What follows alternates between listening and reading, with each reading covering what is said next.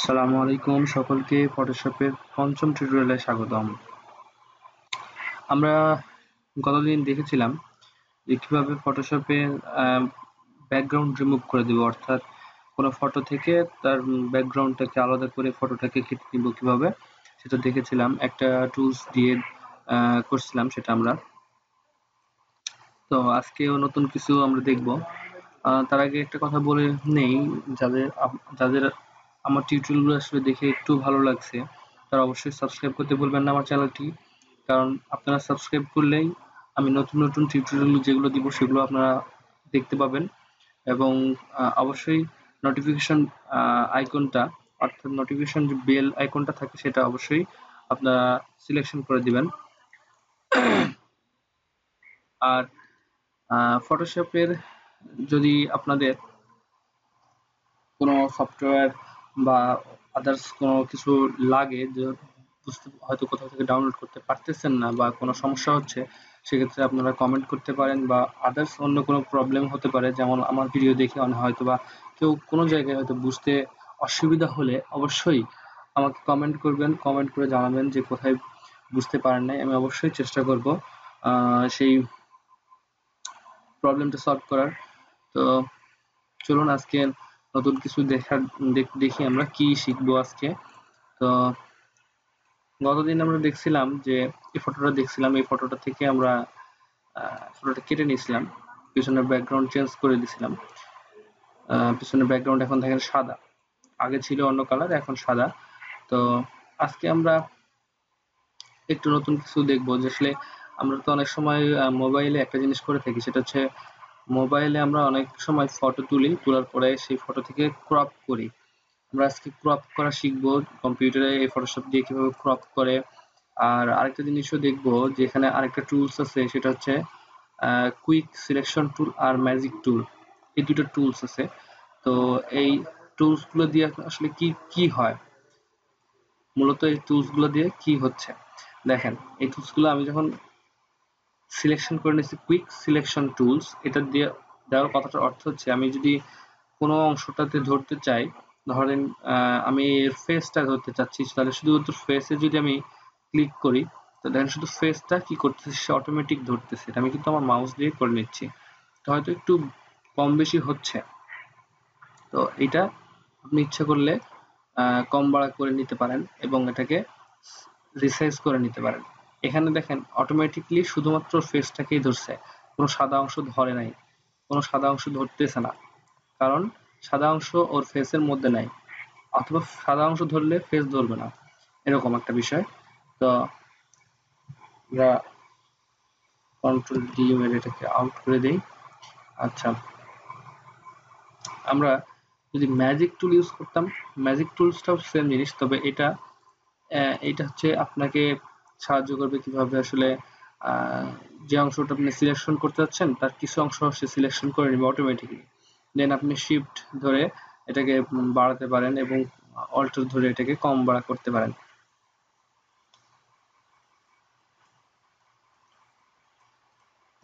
আমরা শিফট ধরলাম, ধরে এটাকে বাড়াই নিলাম।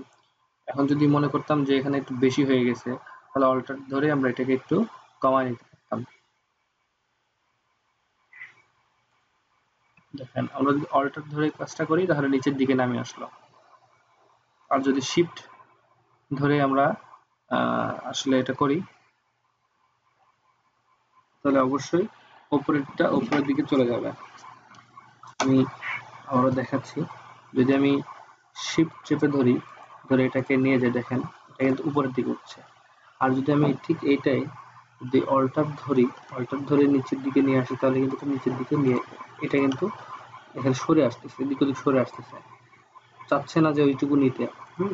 কিন্তু আমি যদি শিফট ধরি তাহলে সে শিফট চেপে ধরে এটাকে আমার যেটুকু আমার সিলেকশন করা লাগবে সেটুকু আমি আউট করে দেবো।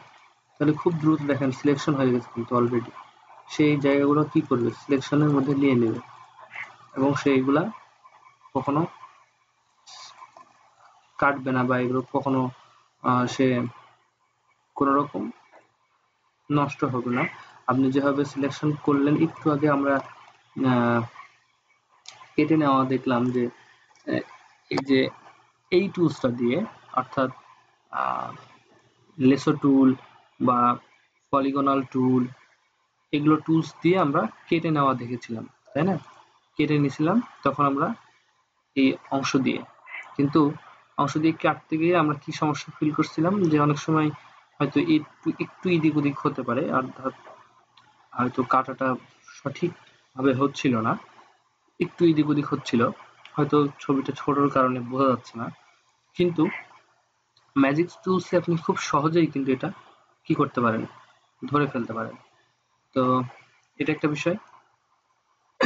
আচ্ছা, এখানে এখানে দেখেন আমাদের এই অংশটা কিন্তু বেশি সিলেকশন হয়েছে, এদিকে সিলেকশন হয়নি। তো এটা আমরা অল্টার ধরে যদি আমরা এটুকু আউট করে দেই, দেখেন এটুকু চলে গেছে, মানে একটু বেশি ক্লিক পড়ে গেছে, যাই হোক। আচ্ছা, শিফট ধরে এটাকে পুরোটা সিলেকশন করে নিব, এবং সেটা যদি মনে চায় যে আমি কেটে নিব, তাহলে কেটে নিতে পারবো, মাউস ধরে সেটাকে আউট করে দিতে পারবো। অর্থাৎ এখন যদি আমি মাউস বাটন ক্লিক করি এবং এটাকে নিয়ে আসি, দেখেন এটা কিন্তু অটোমেটিকলি মাথাটা কি করলাম, আমি কেটে নিলাম।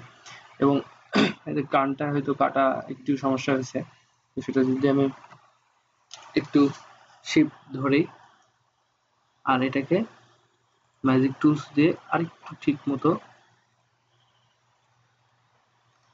হ্যাঁ, এবার যদি আমি কেটে নেই, দেখেন টানাও কিন্তু খুব সহজে কাটা হয়ে গেল।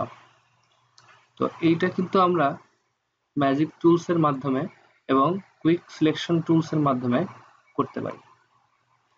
তো আজকে এই টিউটোরিয়ালে আমি আশা করি আপনারা একটা গুরুত্বপূর্ণ জিনিস বুঝতে পারলেন, যে আমরা যদি ছবি কেটে নিতে চাই, সেক্ষেত্রে আমাদের করণীয়টা কি হবে, এবং এই দুটো টুলস এর মাধ্যমে, এখানে টোটাল 5টা টুলস আছে, এখানে 2টা, এখানে 3টা, এই টোটাল 5টা টুলস এর মাধ্যমে কিন্তু আপনি মানে যে কিছুই পারে না, সে কিন্তু এখন, আমি মনে করি যে এখন সে অবশ্যই ছবির ফেস অথবা ছবির বডি বা ফিগার এগুলো কাটতে পারবে। আর যদি এর থেকেও ভালো হাত যাদের, আসলে এটা আসলে আপনার মাউস কন্ট্রোলের উপরেও কিছুটা নির্ভর করবে, যে আপনি কতটা মাউস কন্ট্রোল করতে পারেন। এখন যে কন্ট্রোল করতে পারে না মাউস, হয়তো অনেক সময় এখানে ক্লিক করতে গিয়ে অন্য জায়গায় ক্লিক পড়ে যায়, তার ক্ষেত্রে একটু সমস্যা। তো সে অবশ্যই ম্যাজিক টুলস দিয়ে এটা কিন্তু সিলেকশন করে নিতে পারবে। তো আশা করি আজকের টিউটোরিয়ালে আপনারা সিলেকশন কিভাবে করতে হয়, কিভাবে ফেস কেটে নিতে হয়, এগুলো বুঝতে পারলেন। আগামী দিনে আমরা ক্রপ কিভাবে করতে হয় কোনো ফটো, সেগুলো দেখব। আজকে এই পর্যন্তই, আগামী দিনে আবার নতুন কোনো টিউটোরিয়াল নিয়ে আসবো। তো ততক্ষণে আপনারা যারা আমার ভিডিওটি দেখবেন, অবশ্যই সাবস্ক্রাইব করতে ভুলবেন না, এবং ভালো লাগলে লাইক করবেন। আর যদি কোনো পরামর্শ থেকে থাকে বা কোনো রকম কোনো প্রবলেম ফেস করেন, অবশ্যই কমেন্টস করতে ভুলবেন না। তো আজকে এই পর্যন্তই, আল্লাহ হাফেজ।